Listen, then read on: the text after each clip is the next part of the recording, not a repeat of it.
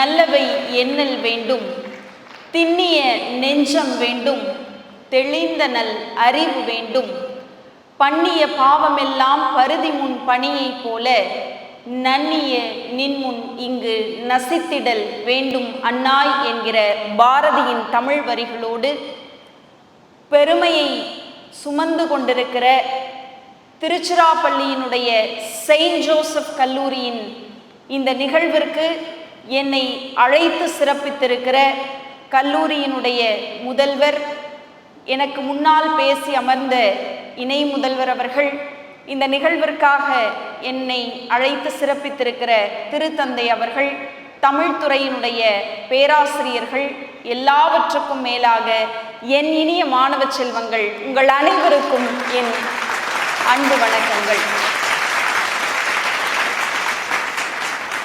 1951-54 இந்த இடைப்பட்ட காலத்தில் ஒரு மாணவன் ஒரு கல்லூரிக்கு வருகிறான். கல்லூரிக்கு வருகிற போது சைவ சாப்பாட்டிற்கும் அசைவ சாப்பாட்டிற்கும் கல்லூரி விடுதியில் தனித்தனி கட்டணங்கள் வசூலிக்கப்பட்ட போது சைவத்தை விட அசைவத்திற்கு 5 ரூபாய் அதிகம் என்பதால் தன் பெற்றோரினுடைய சுமையை அந்த 5 ரூபாயிலிருந்து குறைக்க வேண்டும் என்பதற்காக அசைவம் சாப்பிடுகிற ஒரு குடும்பத்தில் இருந்து வந்து பெற்றோரின் சுமையை குறைப்பதற்காக அந்த 5 ரூபாயை மிச்சப்படுத்தி சைவமாக மாறி பின்னாளில் தன் வாழ்வினுடைய இறுதி மூச்சு வரைக்கும் சைவமாகவே இருந்து, அது மட்டுமல்ல, இந்த இந்திய தேசத்தினுடைய ஒட்டுமொத்த பெருமையாய் ஏழையாய் பிறந்தாலும் ஏவுகணையை பறக்க விட முடியும் என்று சாதித்த திரு கலாம் ஐயா அவர்கள் பயின்ற கல்லூரி, அந்த கல்லூரியில் பேசுவது எனக்கு பெருமை. கலாம் அவர்கள் இந்திய தேசத்தினுடைய ஒட்டுமொத்த பெருமையாய் இன்றைக்கு உயர்ந்து நிற்பதற்கு அடிப்படையில் கல்வியை கற்ற இந்த புனிதமான இடம், அந்த கலாம் ஐயா அவர்கள் படித்த கல்லூரியில் இன்றைக்கு எனக்கு உரையாற்ற கிடைத்திருக்கிற இந்த மாபெரும் வாய்ப்பு, இதை என் வாழ்நாளினுடைய மகிழ்ச்சியாக நான் பார்க்கிறேன். ஏன் தெரியுமா? இந்த அரங்கம், எத்தனையோ மேடைகளுக்கு போயிருக்கிறோம், எத்தனையோ மேடைகளில் பேசி இருக்கிறோம், ஆனால் ஒரு உள்ளே வருகிற போதே ஒரு பாசிட்டிவ் வைப்ரேஷன் எனக்கு இன்றைக்கு இந்த மேடையில் கிடைத்திருக்கிறது. ரொம்ப அழகான ஒரு அரங்கத்தில் அழகான மாணவ செல்வங்களோடு. பொதுவாக இன்னைக்கு எல்லாரும் குறை சொல்றாங்க, கல்லூரி மாணவர்கள், பள்ளி மாணவர்கள் யாருமே சொல்ற பேச்சு கேட்கறது இல்ல, எல்லாரும் எனக்கு என்னன்னு இருக்காங்க அப்படின்னு சொல்றவங்க எல்லாம் தயவு செய்து செயின்ட் ஜோசப் கல்லூரி மாணவர்களை வந்து பாருங்கள். அவர்கள் இந்த அளவிற்கு உண்மையிலேயே மகிழ்ச்சியாக இருக்கிறது. அந்த ஒழுக்கம், உங்களுடைய அந்த கண்ணியம், அது என்னை பிரமிக்க வைத்திருக்கிறது. இந்த மகிழ்ச்சியோடு இன்றைக்கு நான் உங்களோடு பேச தொடங்குகிறேன். என்ன பேசணும்? இது வரைக்கும் 12th படிக்கிற வரைக்கும் படிக்கணும், 12th நல்ல மார்க் எடுத்தாதான் நல்ல வேலைக்கு போக முடியும், நல்ல வாழ்க்கையில செட்டில் ஆக முடியும்னு சொல்லியே உங்களை கஷ்டப்பட்டு படிக்க வச்சுட்டாங்க. எல்லா 12th முடிச்சதுக்கு அப்புறம் கல்லூரிக்குள் நுழைந்த பிறகு ஒரு மாசம் ஆயிடுச்சு. இந்த கல்லூரிக்குள் நுழைந்த இந்த 1 மாத காலகட்டத்திற்குள்ளே உங்களுக்கு தெரிந்திருக்கும் கல்லூரி வாழ்க்கை என்பது எப்படிப்பட்டது. இவ்வளவு நாள் தான் படித்தோம், இனிமே படிக்க வேணான்ற ஒரு எண்ணத்தோடு தான் கல்லூரிக்குள்ளே நுழைந்திருப்பீர்கள். ஆனால் உங்களுக்கு ஒன்று சொல்லுகிறேன், கல்லூரிக்குள் நுழைந்த பிறகு எப்போதாவது படித்து கொள்ளலாம் என்கிற மனநிலையை மட்டும் வளர்த்து கொள்ளாதீர்கள். ஏனென்றால் படிப்பு என்பது நம் வாழ்க்கையினுடைய இறுதி மூச்சு வரைக்கும் இருக்கிற போதுதான் நம்மால் முன்னேற முடியும். அந்த கல்வியை, வாழ்க்கை கல்வியை நீங்கள் கற்றுக்கொள்ளணும். அதற்காகத்தான் இந்த கல்லூரி வாழ்க்கைக்குள்ளே நீங்கள் நுழைந்திருக்கிறீர்கள்.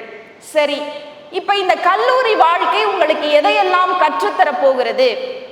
இங்க பேராசிரியர்கள் அமர்ந்திருக்கிறார்கள். அவங்க அன்றைக்கு இருந்த பேராசிரியர்களாக இருந்து பணி செய்தனுடைய காலகட்டம் இன்றைக்கு முற்றிலுமாக மாறி இருக்கிறது.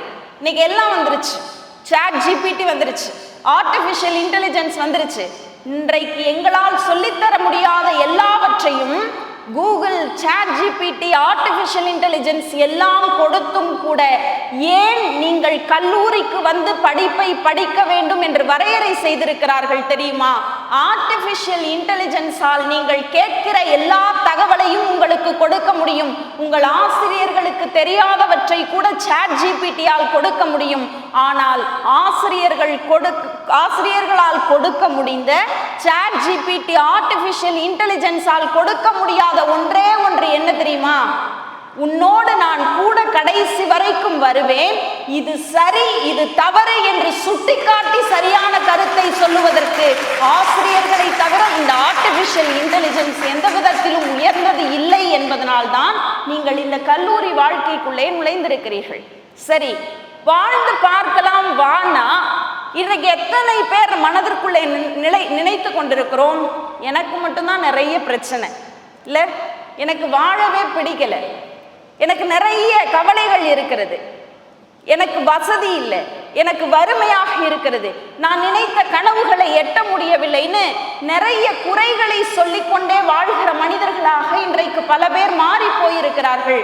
நான் உங்களுக்கு முதல் விஷயம் என்ன சொல்றேன்னா, வலிகள் நிறைந்ததுதான் வாழ்க்கை. அந்த வாழ்க்கையில் நடக்கிற வலிகளை எல்லாம் அனுபவியுங்கள். சார்லி சாப்ளின் நம்ம எல்லாருக்கும் தெரியும். யார் அவரு? மிகச்சிறந்த நகைச்சுவையை உலகத்திற்கு கொடுத்து சென்ற ஒரு மிகப்பெரிய கலைஞன். அந்த சார்லி சாப்ளின் எந்த விதத்திலுமே அவர் மேடை கலைக்கு உகந்தவர் இல்லைன்னு ஒரு காலத்துல நிராகரிக்கப்பட்டவர். ஏன்? பொம்மை வித்தவரா இருந்தார், ஒரு முடிவெற்ற கடையில வேலை பார்த்தவரா இருந்தார். எல்லாவற்றிலும் வேலை செய்து வறுமையில் உழன்ற சார்லி சாப்ளினுக்கு வசதி குறைவாக இருந்ததால் அவருக்கு சரியான ஆகாரம் கூட கிடைக்கல, நல்ல சாப்பிடுறதுக்கு உணவு கூட கிடைக்காம அவருடைய உடல் வளர்ச்சியே வேற மாதிரியா இருந்துச்சு.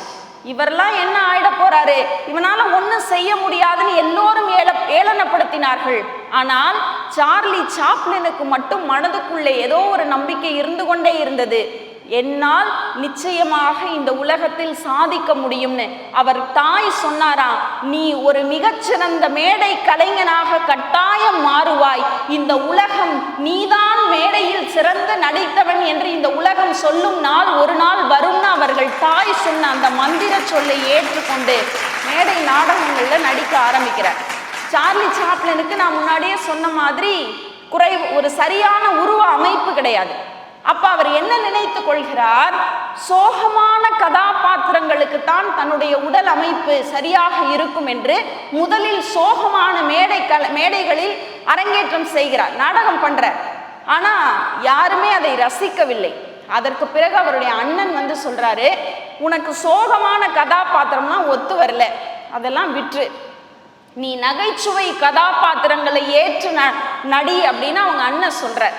சொன்னதுக்கு அப்புறம் முதலாக நகைச்சுவை கதாபாத்திரம் ஏற்று சார்லி சாப்ளின் நடிக்கிறார். ஆனா அந்த மேடை அவருக்கு கை கொடுக்கல.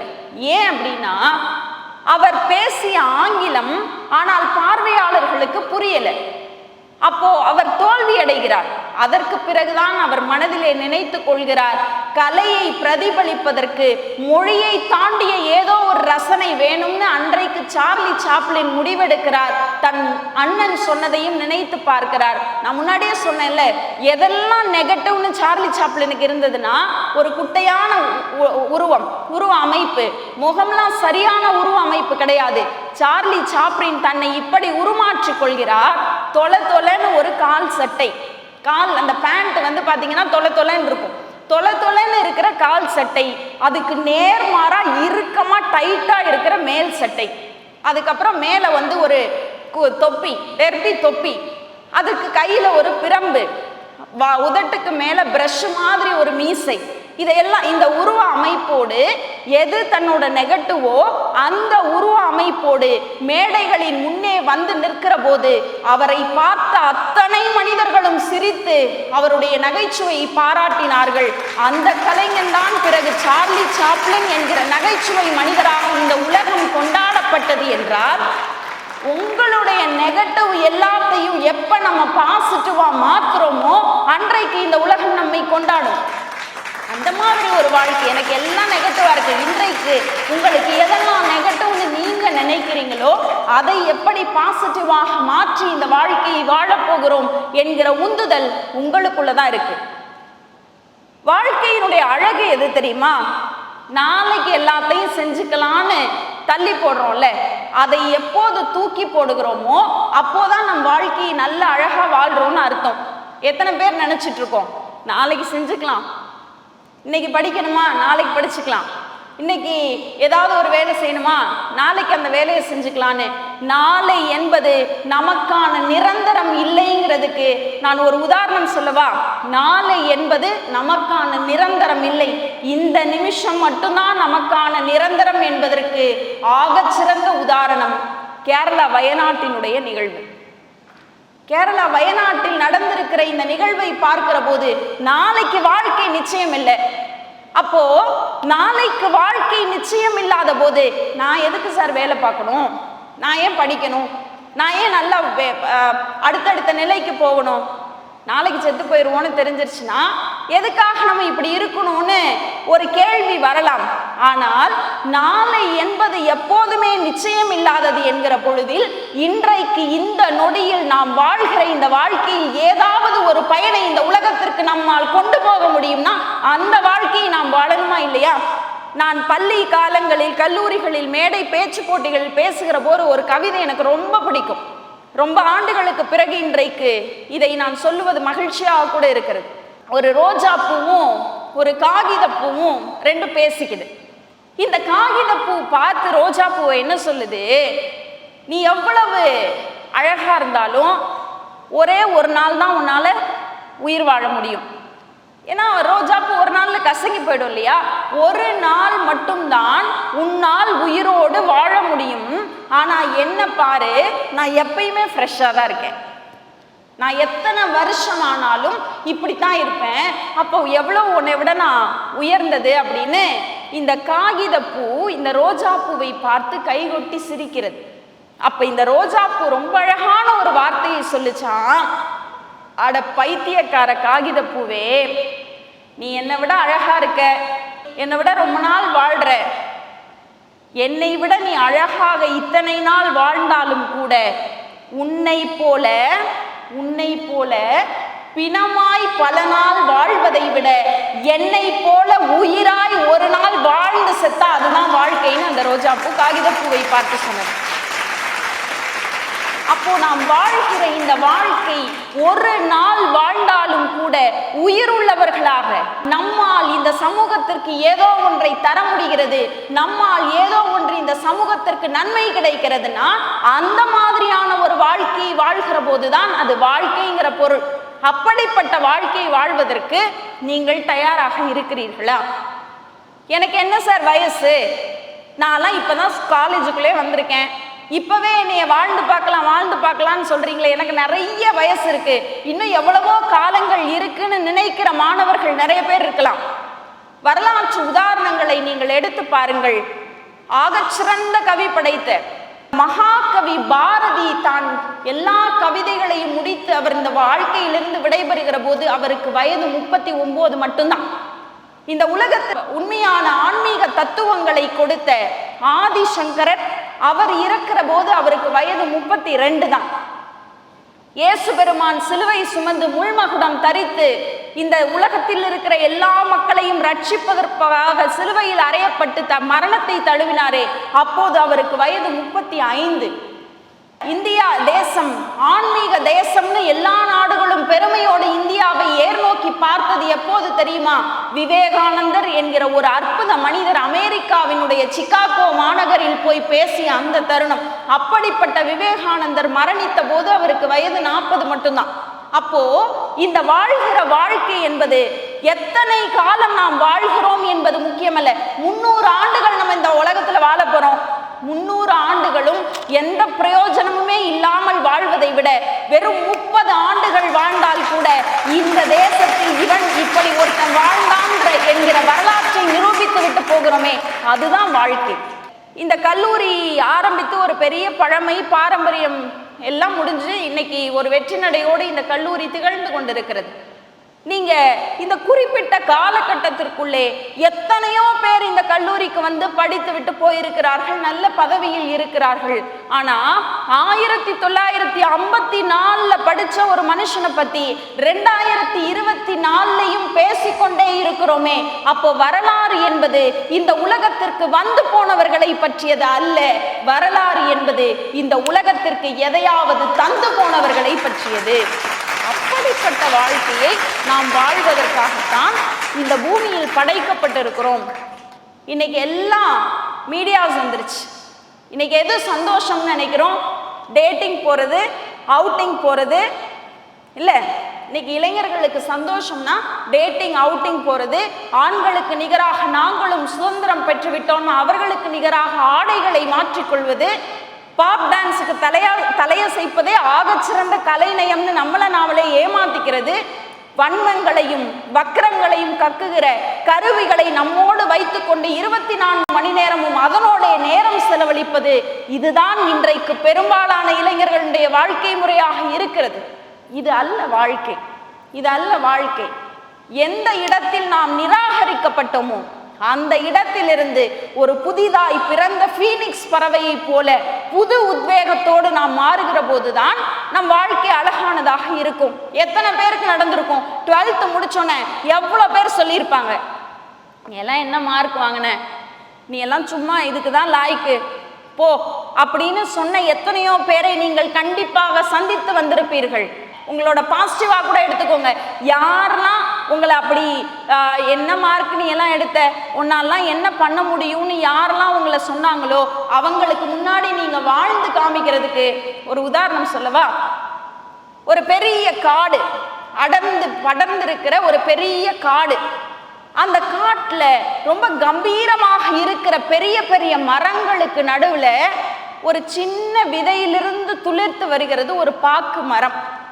அது கமுகு மரம்னு சொல்லுவாங்க. அந்த நா பிச்சமூர்த்தி கவிதைகளின் புது கவிதைகளுடைய பிதாமகன்னு சொல்லக்கூடிய நா பிச்சமூர்த்தி அதை ரொம்ப அழகா சொல்லுவார். அந்த ஓங்கி அடர்ந்த காடுகளுக்கு மத்தியிலே புதிதாக முளைக்கிற ஒரு கமுகு செடி முளைச்சு வருது. செடி முளைச்சு வரணும்னா என்னெல்லாம் வேணும்? அதுக்கு தண்ணி வேணும், அதுக்கு சூரிய ஒளி வேணும். முக்கியமா இந்த ரெண்டுமே கிடைக்காது. ஏன்னா பெரிய பெரிய மரங்கள் எல்லா இருளையும் வெளிச்சங்களையும் மறைத்து இருளை மட்டுமே வைத்திருக்கிறது. அந்த பெரிய காட்டுக்குள்ள ஒரு சின்ன விதை முளைத்து வருகிறது.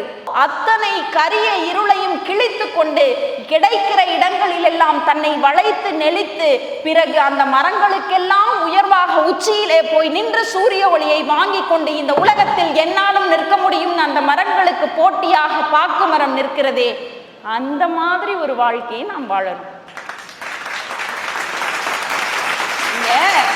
என்னை எந்த அளவுக்கு நீ அடிக்குவ, என்னை என்னெல்லாம் செய்யக்கூடாதுன்னு நீ நினைப்ப, அது எல்லாம் தாண்டி நான் ஜெயித்து வருவேன்னு நீங்க ஜெயிக்கிறீங்கல்ல, அதில் கிடைக்கிற அந்த ஆத்ம சந்தோஷம் இருக்குல்ல, அந்த ஆத்ம சந்தோஷத்தை அனுபவித்து பார்த்தால்தான் தெரியும்.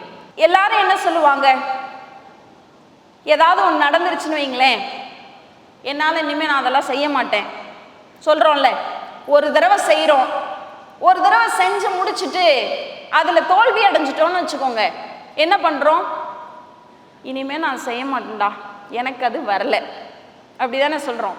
இந்த எனக்கு அது வரலன்னு சொல்கிறத விட அதுவா நானா பார்த்துருவோன்னு போட்டி போடுறாங்கல்ல, அவங்க தான் ஜெயிக்கிறாங்க. ஒருத்தர் கடலுக்கு போய் மீன் பிடிக்க போகிறப்ப கடலில் புயலில் மாட்டி இறந்து போயிடுறார். இந்த இறந்து போனவரோட வீட்டுக்கு ஒருத்தர் இந்த துக்கம் விசாரிக்க வருவாங்கல்ல, நம்ம கூட இப்படிலாம் இருப்பாங்க. நம்ம கொஞ்சம் தைரியமாக தான் இருப்போம், நம்மளை விசாரிக்க வரேன்ற பேர்லேயே நம்மளை இன்னும் துக்கமாக மாற்றிட்டு போயிடுவாங்க. அந்த மாதிரி ஒருத்தர் துக்கம் விசாரிக்க அந்த வீட்டுக்கு வரார். வீட்டுக்கு வந்த உடனே வீட்டில் தேடுறார், இறந்து போனவருடைய பையனை தேடுறார். அவர் ஒரு அறையில் ஏதோ எடுத்துக்கிட்டு இருக்கார். இவர் போய் என்னன்னு பார்க்குற போது தன் அப்பா பயன்படுத்திய பழைய அந்த மீன் வலைகளை எல்லாம் மறுபடியும் எடுத்து சேகரித்து கொண்டு எங்கேயோ புறப்பட தயாராகி கொண்டு இருக்கிறார். அப்போ இந்த விசாரிக்க போனவர் கேட்குறாரு, என்னப்பா பண்ற அப்படின்னு. நான் கடலுக்கு மீன் பிடிக்க போகிறேன்னு சொல்றார். இவர் திருப்பி அதிசயமா கேட்கிறாரு, கடலுக்கு மீன் பிடிக்க போறியா? ஏண்டா உங்க அப்பா நேத்து தானடா புயல்ல செத்து போனாரு, எந்த தைரியத்துலடா மறுபடியும் நீ மீன் பிடிக்க போறேன்னு கேட்கிறார். சரி உங்க அப்பா விடு, உங்க தாத்தா எப்படிடா இறந்து போனாருன்னு கேட்கிறான்.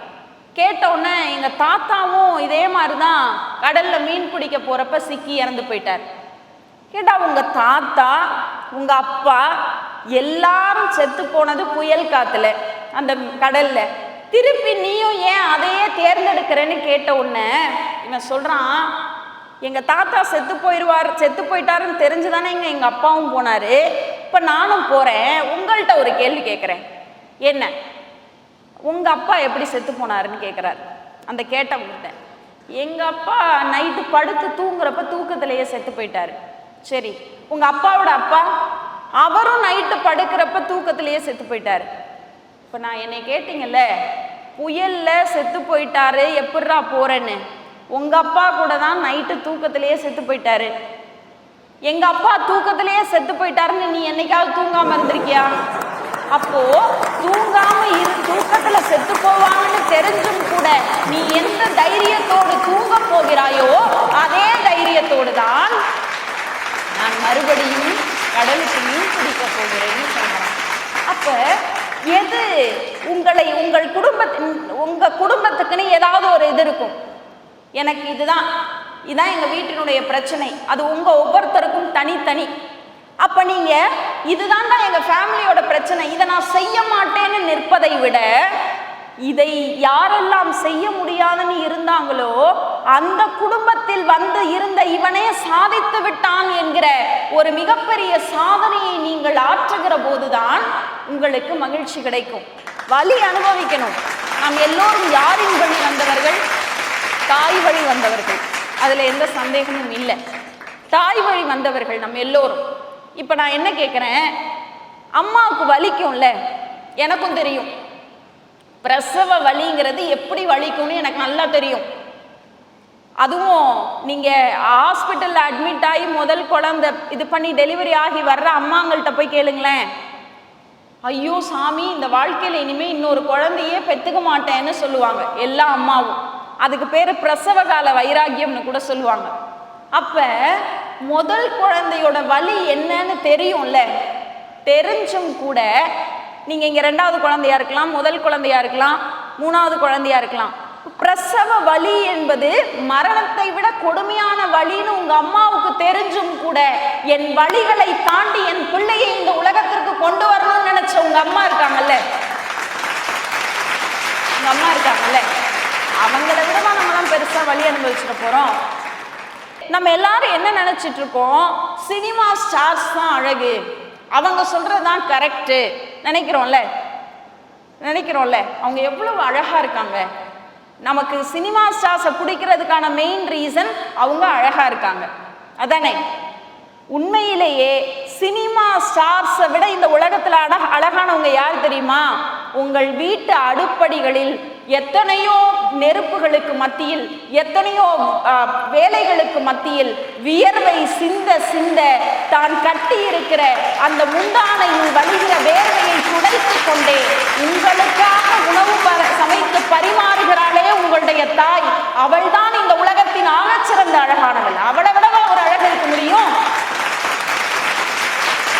அந்த அம்மாவை கொண்டாடுறதை விட்டுட்டு யாரோ ஒருத்தர் அவங்க சம்பாரிச்சுட்டு போயிடுறாங்க, அவங்க பின்னாடி போகிற ஒரு கூட்டமாக நாம் மாறலாமா? இன்னொன்னு சொல்லவா, போன் நீங்களாம் பாக்குறீங்கல்ல, போன்ல ஏதோ ஒண்ணு நீங்க தொடர்ச்சியாக பார்த்து கொண்டே இருப்பதை விட்டுவிட்டு உங்கள் பணிகளில், உங்கள் வேலைகளில், உங்கள் உழைப்பில் நீங்கள் கவனம் செலுத்தினால் நாளை இந்த உலகம் உங்களை போன் வழியாக பார்க்கும். நான் யாரையோ பார்க்கணும்னு அவசியம் இல்லை, என்னை இந்த உலகம் பார்க்க வைக்க வேண்டும், அது சரியான முறையில் பார்க்க வைக்க வேண்டும். சும்மா எல்லாத்தையும் குறை சொல்லிடக்கூடாதுல்ல. எல்லாத்தையும் இன்னைக்கு எல்லாம் என்ன நினைக்கிறோம், இது சரியில்லை அது சரியில்லை. ஒரு ஞானி கிட்ட போய் ஒருத்தர் கேட்கிறார், எது ஸ்வர்க்கம் ஒவ்வொருத்தரும் ஒவ்வொன்று சொல்றாங்க. அந்த ஞானி அமைதியா பார்த்துக்கிட்டு இருக்காரு. அப்போ இந்த ஞானி கிட்ட எல்லாரும் பதில் சொல்றாங்க, இது சொர்க்கம், எனக்கு இப்படி இருந்தால் சொர்க்கம், எனக்கு நிறைய மாட மாளிகைகள் இருக்கணும், எனக்கு நிறைய பணம் இருக்கணும், எனக்கு நிறைய தங்க நகைகள் இருக்கணும், இதெல்லாம் ஒவ்வொன்றும் சொர்க்கம், நான் இங்கே போகணும் அங்கே போகணும். அப்போ ஒரே ஒருத்தர் மட்டும் எந்த பதிலும் சொல்லலை. ஏன்டா உனக்கு சொர்க்கம் பிடிக்காதா, நீ சொர்க்கத்துக்கு போக விரும்பலையா, நீ நரகத்துக்கு போகணும்னு ஆசைப்படுறியான்னு அவர் கேட்குறார். அப்போ அவன் சொன்ன பதில், நான் நரகத்திற்கு போக வேண்டும் என்று ஆசைப்படவில்லை, நான் இருக்கும் இடம்தான் எனக்கு சொர்க்கம்னு சொன்னார். எனக்கு சொர்க்கம் இன்னொரு இடம்லாம் இல்லை, நான் இருக்க இடம் எனக்கு சொர்க்கம், இந்த இடம் உங்களுக்கு சொர்க்கம் இல்ல.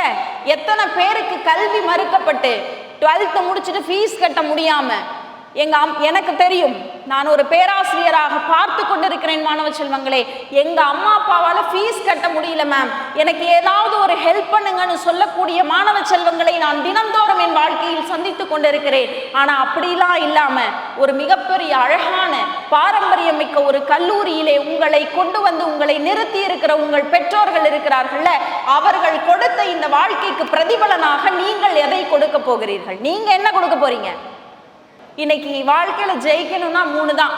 யாரும் சொல்ல மாட்டாங்க, நான் சொல்லிட்டு போறேன். இன்னைக்கு வாழ்க்கையில ஜெயிக்கணும்னா 3 விஷயம் வேணும். 1, கம்யூனிகேஷன். கம்யூனிகேஷன்னா நம்ம எல்லாரும் தப்பா என்ன நினைச்சுக்கிறோம், இங்கிலீஷ்ல பேசினாதான் கம்யூனிகேஷன் நினைச்சுக்கிறோம். கம்யூனிகேஷன்னா நாம் சொல்ல வேண்டிய கருத்தை சரியாக மற்றவர்களுக்கு புரியும்படி சொல்வது, அந்த கம்யூனிகேஷன் வேணும். 2வது சோஷியலைசேஷன், நான் எல்லோரோடும் ஒரு சுமூகமான உறவை வளர்த்து கொள்ள வேண்டும், அந்த சோஷியலைசேஷன் வேணும். 3வது உங்களுக்குள்ளே இருக்கிற உங்களுக்கே உரித்தான ஒரு தனித்திறமை. கம்யூனிகேஷன், சோஷியலைசேஷன், உங்களுடைய இண்டிவிஜுவல் டேலண்ட், இந்த 3 இருந்துருச்சுன்னு வச்சுக்கோங்களேன், நீங்கள் தான் வாழ்க்கையினுடைய வெற்றியாளர். அதை எப்படி ஃபைன் டியூன் பண்ணணுங்கிறதுக்கு தான் இந்த கல்லூரி வாழ்க்கை உங்களை புடம் போட காத்திருக்கிறது. அதை நீங்க இப்ப கண்டுபிடிக்கணும். இந்த காலேஜ் லைஃபுக்குள்ள வந்ததுக்கு அப்புறம் நான்லாம் எனக்கு நல்லா பேச தெரியுங்கிறது எனக்கு ஸ்கூல்ல என்னுடைய ஆசிரியர் முதல்ல 6ஆம் வகுப்பு நான் படிக்கிற போது எனக்கு பேச தெரியும்னு எனக்கே தெரியாது. ஏன் எங்க அம்மாவுக்கே தெரியாது, எங்க அப்பாவுக்கு தெரியாது. பேச தெரியும்னா சும்மா எல்லாரும் பேசுற மாதிரி இல்லை, மேடையில பேச தெரியும்னு எங்க அம்மாவுக்கும் தெரியாது, எங்க அப்பாவுக்கும் தெரியாது. ஒரு நாள் 6வது படிக்கிறப்ப தமிழ் பீரியட் அப்ப அந்த மிஸ் என்னைய எழுப்பி விட்டு வாசினாங்க. நான் வாசிச்சேன். நான் வாசித்ததை பார்த்து விட்டு அவங்க சொன்ன அந்த ஒரு நிமிஷத்துல அவங்க சொன்னாங்க, உன்னோட தமிழ் உச்சரிப்பு ரொம்ப நல்லா இருக்கு, நீ பேச்சு போட்டியில கலந்துக்கன்னு சொன்னாங்க. எனக்கு எதுவும் தெரியாது, ஏன்னா பெரிய படித்த ஃபேமிலி பேக்ரவுண்ட்லாம் எனக்கு கிடையாது. அப்படி ஒரு மேற்படிப்புக்கே போகாத ஒரு குடும்பத்தினுடைய பின்னணி எனக்கு. பேச்சு போட்டிக்கு படித்து எழுதிட்டு வான்னு சொல்கிறாங்க. நானும் என்ன தலைப்புனா பாரதி, எனக்கு தெரியாது. பாரதியார் அப்பெல்லாம் என்ன 6வது படிக்கிறப்ப என்ன தெரியும், இன்னைக்கு தெரியுது. இன்னைக்கு ஃபர்ஸ்ட் ஸ்டாண்டர்ட் படிக்கிற என் பிள்ளைக்கு பாரதியாரோட கவிதைகள் பல தெரியுது, ஆனால் எனக்கு தெரியல. அப்போ முதலா அந்த புத்தகத்தினுடைய அந்த பேச்சு போட்டிக்காக பாரதியினுடைய புத்தகத்தை போய் தேடுறேன். எங்க தேடுறேன், உங்களை மாதிரி கூகுள்லாம் இல்லை, லைப்ரரி, டிஸ்ட்ரிக்ட் லைப்ரரி. நான் இருக்கிற ஊர்ல இருக்கிற டிஸ்ட்ரிக்ட் லைப்ரரியில் போய் பாரதியாரோட கவிதை புக்கு ஒன்று எடுத்துட்டு வரேன். இந்த பாரதியாரோட கவிதை புத்தகத்துல எந்த கவிதை எடுக்கணும்னு எனக்கு தெரியாது. நான் என்ன பண்ணேன், எனக்கு எந்த நம்பர்லாம் பிடிக்குமோ, சின்ன பிள்ளைல நினைப்போல எனக்கு 1 பிடிக்கும் 3 பிடிக்கும், அந்த மாதிரி எனக்கு எந்த நம்பர்லாம் பிடிக்குமோ அந்த நம்பர்ல இருக்கிற அந்த நம்பர் பேஜ் நம்பர் இருக்கிற இடத்துல இருந்த கவிதைகளை எல்லாம் எழுதினேன். புக்கை பார்த்து எழுதினேன். அந்த மாதிரி எழுதிட்டு போயிட்டேன். அடுத்த நாள் எங்க மிஸ்கிட்ட காமிக்கிறேன், அவங்க சில பல கரெக்ஷன் செஞ்சு கொடுக்குறாங்க. எனக்கு அன்னைக்கெல்லாம் பயங்கர அழுக. என்னன்னா, என் கூட 10 பேர் என் கிளாஸ்ல போட்டி போடுறாங்க. 10 பேர்ல எல்லாருக்கும் வீட்டில் யாரோ ஒருத்தர் எழுதி கொடுத்துருக்காங்க. டீச்சர், பக்கத்து வீட்டுக்காரங்க, யாரோ ஒருத்தர். எனக்கு யாருமே எழுதி கொடுக்கல. நான் எடுத்துகிட்டு போனதே எங்கள் மிஸ் ஏதோ கரெக்ஷன் பண்ணி இந்த கவிதையை பேசு இந்த கவிதையை பேசு. சரி, பயங்கரமாக மனப்பாடம் பண்ணேன், மொட்டை மனப்பாடம். அடுத்த நாள் போட்டி, ஒவ்வொருத்தராக பேசுகிறாங்க. என்னோட லாட் வந்துருச்சு. பேசிக்கிட்டு இருக்க எல்லாருமே முதல் மேடையில் பேசிட்டு நின்றுறாங்க. அடுத்து என்னன்னு தெரியல. நானும் பேசுகிறேன், ஒன்றும் நல்லாலாம் பேசலை, ரொம்ப சுமார், எனக்கே தெரியும், ஒன்றுமே பேசலை. ஆனால் 5 நிமிஷமும் முழுசாக பேசினேன், ஃபுல்லாக பேசினேன். எல்லாரும் மேடையில் 5 நிமிஷத்தில் 3 நிமிஷத்தில் 2 நிமிஷத்துல நின்னப்ப நான் மட்டும் 5 நிமிஷமும் ஃபுல்லாக பேசினேன். நல்லா பேசலை, ஃபுல்லாக பேசினேன். அதை மட்டும் ஞாபகம் வச்சுக்கோங்க, ஃபுல்லாக பேசினேன். சரி, இப்போ ஜட்ஜ்மெண்ட்டில் போடுறப்ப யார் முழுவதுமாக 5 நிமிடத்தையும் பயன்படுத்தினார்களோ அவங்களுக்கு தான் போட்டியில் ப்ரைஸ் கிடைக்கும். அதில் அன்னைக்கு எனக்கு ஃபஸ்ட் ப்ரைஸ் கிடைச்சிருச்சு. எங்கள் மிஸ்ஸு என்னை கூப்பிட்டு ஃபஸ்ட் ப்ரைஸ் வாங்கிட்ட, வெரி குட்லாம் சொல்லலை. அவங்க என்ன தெரியுமா சொன்னாங்க, உனக்கு முதல் பரிசு எப்படி தெரியுமா கிடச்சிச்சு, எல்லாரும் அவங்கவுங்க அம்மா அப்பா அவங்கவுங்க எழுதி கொடுத்ததுனால, அவங்க எழுதி கொடுத்து இந்த பிள்ளைங்க படிச்சுட்டு வந்ததுனால மறந்துருச்சுங்க. நீ மட்டும் நீயா எழுதிட்டு வந்தல்ல, நீயா எழுதுனதுனால எதுக்கப்புறம் எது வரும்னு உனக்கு தெரிஞ்சுது, அதனால் நீ 5 நிமிஷமும் பேசின, அதனால் உனக்கு முதல் பரிசு கிடைச்சிச்சுன்னு சொன்னாங்க. அன்னைக்கு முடிவு பண்ணேன் இனிமேல் எல்லா போட்டிகளுக்கும் நம்மளே ப்ரிப்பேர் பண்ணணும்.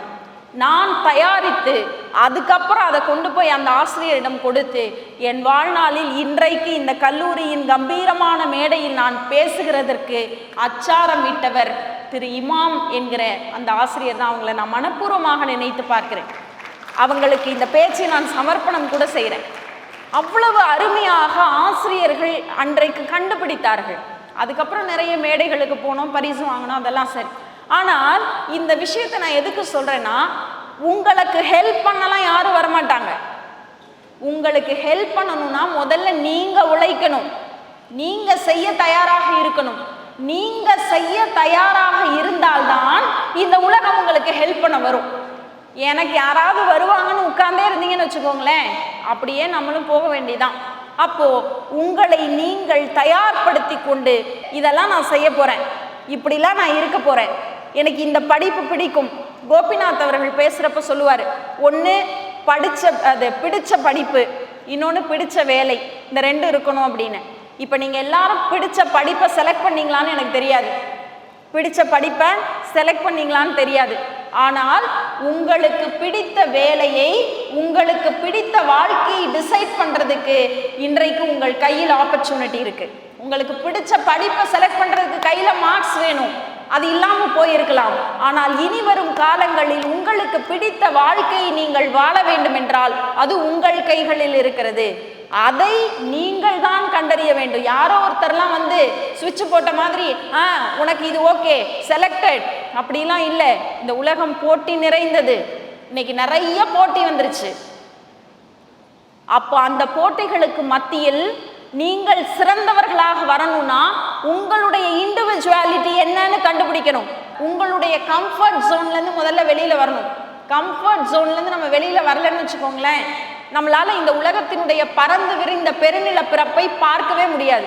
இந்த சின்ன வட்டம் தான்.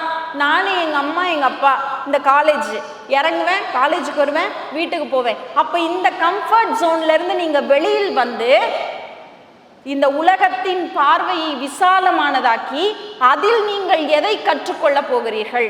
நேர்மை, ஒழுக்கம் எல்லாம் இருக்கு, எல்லாம் உண்டு.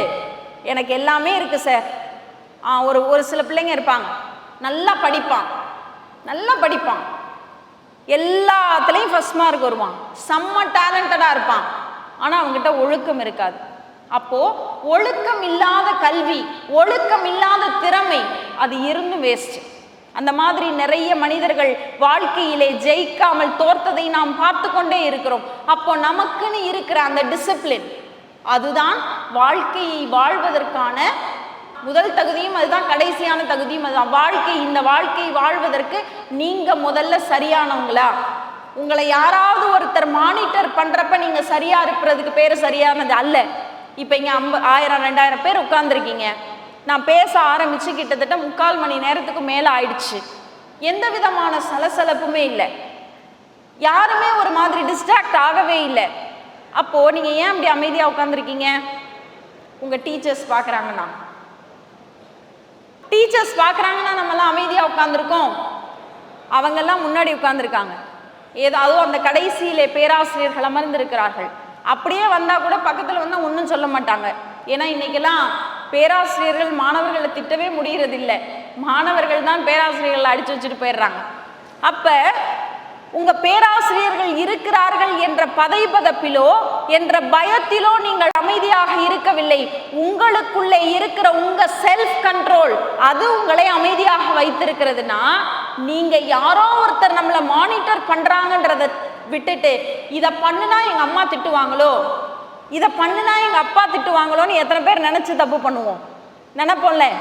எங்க அம்மாவுக்கு தெரியாம நான் சினிமாவுக்கு போயிட்டு வந்துடுவேண்டா, எங்க அப்பாவுக்கு தெரியாம நான் ஹோட்டலுக்கு போயிட்டு வந்துடுறேன் அப்படின்னு நீங்க நினைக்கிறீங்கல்ல. எது தப்பு தெரியுமா? எங்க அம்மாவுக்கு எங்க அப்பாவுக்கு எங்க வீட்டில் இருக்கிறவங்களுக்கு என் சொந்தக்காரவங்களுக்கு இது தெரிஞ்சா நீங்க மாட்டிக்குவீங்கன்னு நினைக்கிற எல்லாமே தப்பு தான். அப்போ எதை மறைத்து செய்கிறீர்களோ அதெல்லாம் தவறு. இது தவறு அது தவறுங்கிற வரையறையே கிடையாது. உங்க மனசாட்சிக்கு இது மற்றவர்களுக்கு தெரியக்கூடாதுன்னு நினைச்சு நீங்க செய்யற எல்லாமே தவறுகள் தான் என்றால் அந்த தவறுகளை உடனடியாக தூக்கி எறிந்துவிட்டு நீங்க நல்ல விஷயங்களை, நல்ல மனிதர்களை சந்தித்து நேர்மறையான விஷயங்களை நீங்கள் ஏற்றுக்கொள்ள வேண்டும். எல்லாம் வந்துருச்சு, பணம் வந்துருச்சு, ஜெயிச்சுட்டோம், வாழ்க்கையில ஜெயிச்சுட்டோம், எல்லாம் கிடைச்சிருச்சு, ஆனா என்கிட்ட நேர்மை இல்லை, என்கிட்ட ஒழுக்கம் இல்லைன்னா அது வேஸ்ட் இல்லை. டெமாஸ்தனிஸ் உங்க எல்லாருக்கும் தெரியும். யாரு? கிரேக்க தத்துவ ஞானி டெமாஸ்தனிஸ். அவர் என்ன பண்ணிக்கிட்டு இருந்தாராம், ஒரு நாள் அவரைக்காய் விதையெல்லாம் எடுத்து சூப் தயாரிக்கிறதுக்காக கழுவிக்கிட்டு இருந்தாராம். அப்ப அரிஸ்டிபஸ் அப்படிங்கிற அந்த அமைச்சர், அந்த மன்னனுடைய அரசவையில் இருந்த ஒருத்தர் அரிஸ்டிபஸ், அவர் என்ன பண்றாரு, டெமாஸ்தனிஸ்ட போய் கேட்கிறாரு. டெமாஸ்தனிஸ்ட என்ன கேட்கிறாரு, நீங்க எவ்வளவு பெரிய கிரேக்க தத்துவ ஞானி, நீங்க இப்ப என்ன பண்ணிக்கிட்டு இருக்கீங்க, அவரைக்காய் விதைய சூப் தயாரிக்கிறதுக்காக கழுவிக்கிட்டு இருக்கீங்க. ஒருவேளை நீங்க மன்னர்கிட்ட கொஞ்சம் மன்னரை புகழ்ந்து பேசி மன்னர்கிட்ட நல்ல பேர் வாங்கியிருந்தீங்கன்னா இந்த அவரைக்காய் விதையெல்லாம் நீங்க கழுவ வேண்டிய அவசியமே வந்திருக்காதுன்னு சொல்றாரு. யாரு? அரிஸ்டிபஸ். இதுக்கு இந்த டெமாஸ்தனிஸ் ரொம்ப, அதனாலதான் அவர் தத்துவ ஞானி. டெமாஸ்தனிஸ் சொன்னாராம், நான் அவரைக்காய் விதையை தான் கழுவிக்கிட்டு இருக்கேன், ஆனா இது கழுவ வேண்டிய அவசியம் எனக்கு வந்திருக்காதுன்னு நீங்க சொன்னீங்கல்ல, ஏன் மன்னரை புகழ்ந்தா இதை கழுவ வேண்டிய அவசியம் இல்லைன்னு என்ன சொன்னீங்கல்ல, நான் ஒன்று சொல்லவா, ஒருவேளை நீங்க இந்த அவரைக்காய் சூப்பை குடிச்சு பழகி இருந்தீங்கன்னா இப்படி போய் மன்னரோட காலை அவசியமா கழுவ வேண்டிய அவசியம் இருந்திருக்காது. என்ன மாதிரி சாதாரண சூப் குடிக்க பழகி இருந்தீங்கன்னா மன்னரை போய் இது பண்ண அவசியம் இருந்திருக்காதுன்னு சொன்னாராம். அப்ப வாழ்வினுடைய இரு நிலைகள், ஒரு மனுஷன் வாழ்க்கையில இது சரின்னு நினைக்கிறான், ஒரு மனுஷன் இது இல்லை இது சரின்னு நினைக்கிறார்கள். அப்ப இரண்டு பேருக்கும் உள்ள வித்தியாசத்தை வரையறை செய்வது எது? உங்களினுடைய நேர்மை. நான் இப்படித்தான் இருக்கணும், அந்த மாதிரியான ஒரு மனிதர்களாக நாம் வரணும். சரி, எல்லாம் முடிஞ்சிருச்சு, வாழ்க்கையை வாழ்றோம், நீங்க நல்லா வாழ்ந்துட்டு இருக்கீங்க. கடவுளால கூட செய்ய முடியாத ஒரு விஷயம், அது என்ன தெரியுமா? இந்த உலகத்துல கடவுளால செய்ய முடியாதுன்னு ஏதாவது ஒரு விஷயம் இருக்கா? இருக்கு. என்ன விஷயம்? காஞ்சி மகா பெரியவர் சொல்லுவார் அழகா, இந்த உலகத்தில் கடவுளால் செய்ய முடியாத ஒன்னே ஒண்ணு, நீங்க செய்யற பாவம் இருக்குல்ல, இந்த பாவத்தை, நீங்க செய்யற பாவத்தை மன்னிக்கிறதுக்கு கடவுளால முடியும். பாவத்தை மன்னிப்பதற்கு கடவுளால் முடியும். ஆனால் கடவுளால் முடியாத ஒரே ஒரு விஷயம் என்ன தெரியுமா?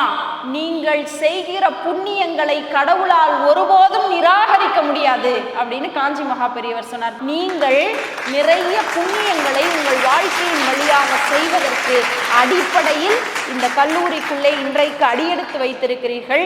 இந்த அழகான வாழ்க்கையை மிகச் சிறப்பானதாக பயன்படுத்தி கல்லூரி காலங்களில் உங்களுக்குள்ளே இருக்கிற தனித்திறமையை கண்டுபிடித்து அதன் வழியாக இந்த சமூகத்திலே ஒரு நல்ல நிலையை அடைந்து, நல்ல நிலையை அடைந்த பிறகு சமூகத்திற்கு ஏதாவது ஒரு நல்லவற்றை நீங்கள் செய்தால் நீங்கள் தான் இந்த உலகத்தில் நல்ல முறையில் வாழ்ந்தவர்கள்.